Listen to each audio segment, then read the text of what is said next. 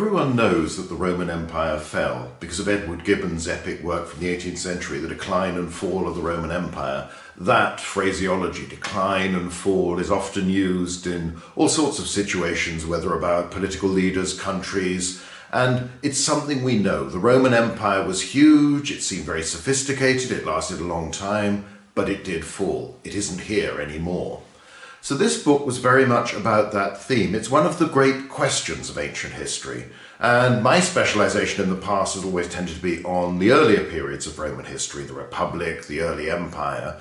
So it was moving into a different field for me, but the problem was I wasn't really satisfied with the answers that were given to the question of why did the empire cease to exist in the West but survive in the East for another 1,000 years and then eventually go. That's the big question. Gibbon really told the story of how it happened and did so in a remarkable and scholarly way, but he didn't actually explain in any great detail just why all this happened. And part of anyone's job has to be telling the story as well. So this is another book with two titles. In Britain it was called The Fall of the West. In America it was called How Rome Fell. And it's a mixture really of the two, because one of the key themes of the story is that the Western Empire goes by the end of the 5th century AD, but the Eastern Empire does not. A Roman Empire based in Constantinople with the emperors there who call themselves Caesar, who consider themselves and their people to be Romans, survives for another millennium. So that's a big question. Why does the West go but the East doesn't? And any answer to the explanation of the fall of the greater united empire has to deal with that as well. This is a vexed subject. For many, many years in the scholarly world, working on the later periods of the Roman Empire was not very popular. It wasn't fashionable. A lot of this had to do with the literature of the era. After all, the origins of most ancient history come from the study of the Greek and Latin languages, and there was a great emphasis on texts. And there was that tradition where we analysed the texts, we judged them for their reliability, but we also tried to sort of mine them, to find an ultimate source for the information provided in them. And at the same time, particularly the scholars of earlier generations, whose linguistic skills were on average better than those today, tended to think in terms of the literary merit. It's obviously subjective, but nevertheless you can look at Ciceronian Latin and contrast it with some of the offerings from the 4th or 5th centuries AD. It's different. Things have changed. Latin was developing as a language. It would turn into Church Latin, which preserved many of the earlier forms, but it would also develop into the Romance languages in Europe, Spanish, Italian, Romanian and the like. So this was a big story going on, and people looked at it and thought, well, really, it's Cicero, it's Caesar, it's Suetonius, it's Tacitus. These seem to be the greatest achievements of Roman literature. It's the time of greatest poetry, with Virgil, with Ovid, with Catullus even. So people looked at that and they focused on the history of those periods, and they rarely looked in the same sort of detail at what was going on in the later Roman period. So this led to the development in recent decades of what's called late antiquity, a thought that actually, well, yes, a lot of the documents from that period are religious in nature, particularly but not exclusively Christian. They are rather ornate and flamboyant in their style. They seem distant from everyday life and certainly from the center of political life in a way that the Caesars and the Ciceros were not. But actually there's merit within them, there's information within them, and this is an important period. Archaeology has helped a good deal, because archaeology has got to tell us far more about different eras, but also different areas and communities within the Roman Empire that are barely mentioned by our literary sources. So late antiquity started to flourish, and alongside this there was a slightly defensive mentality in many of those studying it, a feeling that they needed to justify their existence, which with hindsight seems odd, but it's understandable in the context. These were new fields for mainstream scholarship, and as they developed, people had to justify their own existence and the value of what they were doing, which meant that they tended to look on the late antique world and be very positive about every aspect of it. They'd say, well, look, it's very different from what's happened earlier on, but it's better. It's actually more efficient, it's more sophisticated, in many ways it's more advanced than the earlier empire. And the problems that the later Roman Empire have go back to decisions made by people like Augustus. So because Augustus didn't create a simple monarchy with a clear and obvious means of succession when each emperor died, then that's a problem that explains the civil wars of the 3rd century AD, the 4th century AD, and so on, and the ultimate collapse of the system. Or that the commanders of Roman armies in the earlier period were amateurs. They were men who followed political careers interspersed with a few years of military service here or there. They didn't really know what they were doing. They relied on more competent subordinates, and when the bigger challenges occurred in the 3rd century, whether it was the rise of Sasanian Persia in the east or the move towards confederation of some of the Iron Age Germanic-speaking peoples or beyond the Rhine and the Danube into larger groups that could field larger, more dangerous armies, then your amateurs couldn't cope. You needed hardened professionals both to command armies and to become emperors and rule the Roman Empire. So there's a sense that everything is great, everything is fundamentally sound in later antiquity, whether it's institutions like the army, government, law, all of these things, but also that at the same time, oddly enough, there was another move amongst those studying the earlier periods who tended to criticize the early Roman Empire. And compared to the traditional view that, the Romans were very sophisticated, they were very civilized, they were efficient, argued that in fact they were quite primitive, that economically the Roman Empire didn't develop, that it was held back by essentially relying on agriculture, not developing industry, not developing technology. All of these things, these views became quite popular. The idea was that the Romans were much more primitive than we tended to think, while at the same time, everyone looking at late antiquity and the late empire was saying how much better everything was. Now, coming as an outsider to this field, this all seemed rather artificial, rather false. Yes, it's good to go back and look at the early empire and say, well, some of this is quite basic, some of this isn't very sophisticated. We can't just assume that the Romans think in a modern way, that they plan and organize efficiently.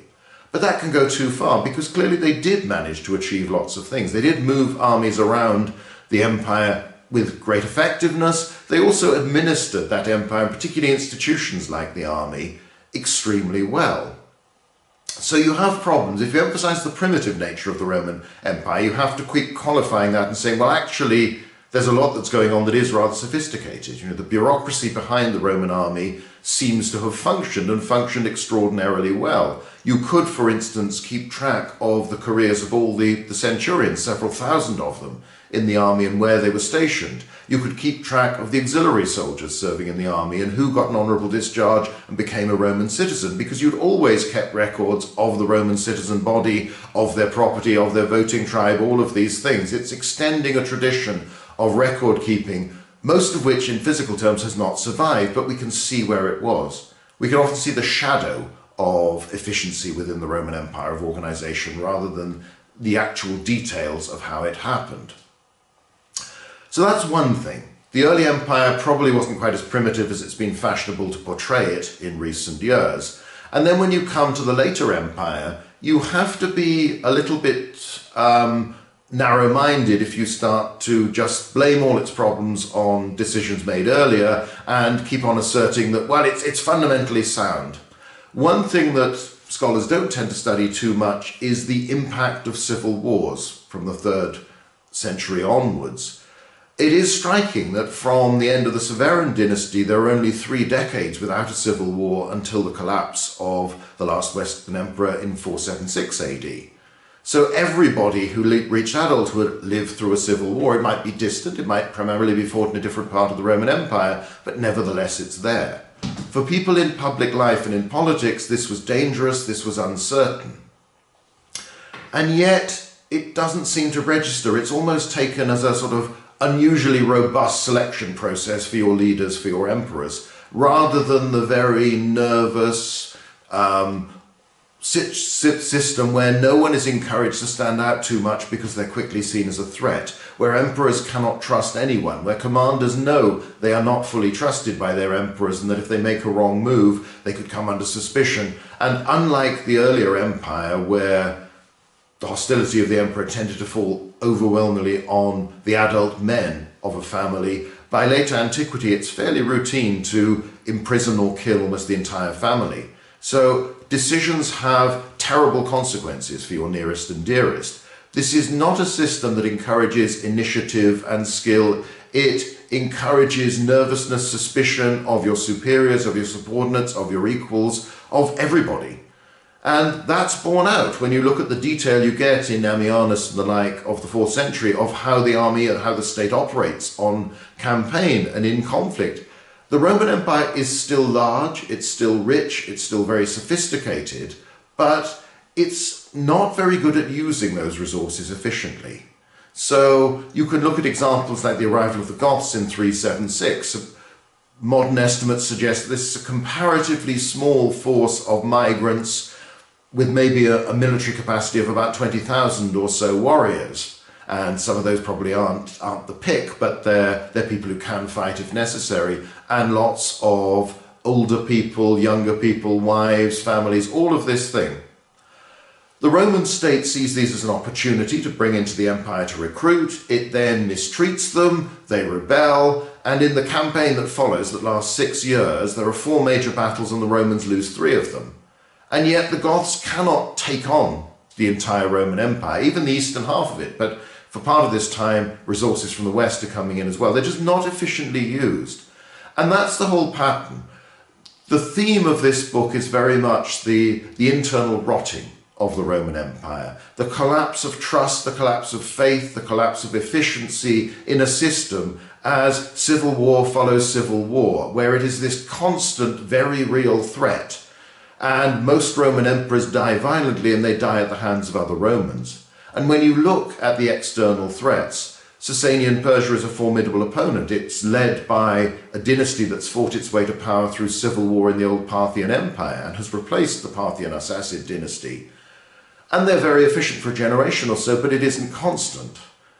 And many of the great victories they win are at a time of Roman weakness, in the same way many of the great Roman victories over the Sasanians are at a time of internal Sasanian weakness. And when you look at the Germanic peoples and other tribal peoples from outside the empire, the detailed accounts when we get them in Ammianus and elsewhere of how they actually fought, of the size of their armies, are really not drastically different from the sort of thing Julius Caesar's describing in the 1st century BC. There's far less evidence for greater confederations, for far more efficient, far more deadly and dangerous armies. So actually the idea that the empire falls because the threats it faces are so much greater that there's only so long you can keep on holding out against this doesn't work terribly well. And the reason why the Romans are unable to cope has far more to do with the rotting of the system through constant infighting, constant civil war. So this was the theme I wanted to explore, because I simply don't think it's taken sufficiently seriously by many of the specialists in the period, and it seems such a constant thread. And as you look longer term, then it's pretty clear that the Roman Empire in 100 AD is stronger than the Roman Empire in AD 300. And that in turn is stronger than the empire in 400, and by 500 the Western Empire has gone. But when it actually falls, it's a fairly small event because it has gone by stages. Provinces and regions have been lost before, and many other scholars have traced this very, very well, but this was trying to bring this all together and present an overview. Tell the story, because it isn't too familiar a one. There are many emperors and kings and communities that are not household names by any stretch of the imagination and are not necessarily known to anyone who doesn't have a strong interest in ancient history already.